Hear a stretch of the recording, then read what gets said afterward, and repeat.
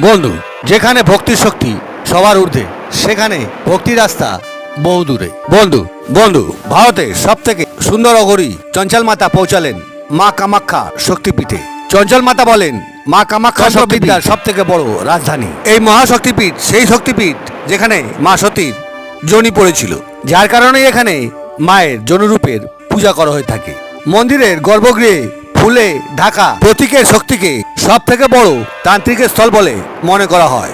প্রতি বছর এখানে জুন মাসে চমৎকারী একটি বিশাল অম্বুবাচীর মেলা আয়োজন করা হয়, যার কারণে মায়ের মন্দির 4 দিনের জন্য বন্ধ রাখা হয়। মূল কথা হলো এই যে এই সময় মাতা মাসিক ধর্মে থাকেন, তখন একটি সাদা কাপড় পেতে দেওয়া হয় যা যা লাল কাপড়ে রূপান্তরিত হয়ে যায় এবং সেই কাপড়টিকে প্রসাদ রূপে সকলের মাঝে বিতরণ করা হয়।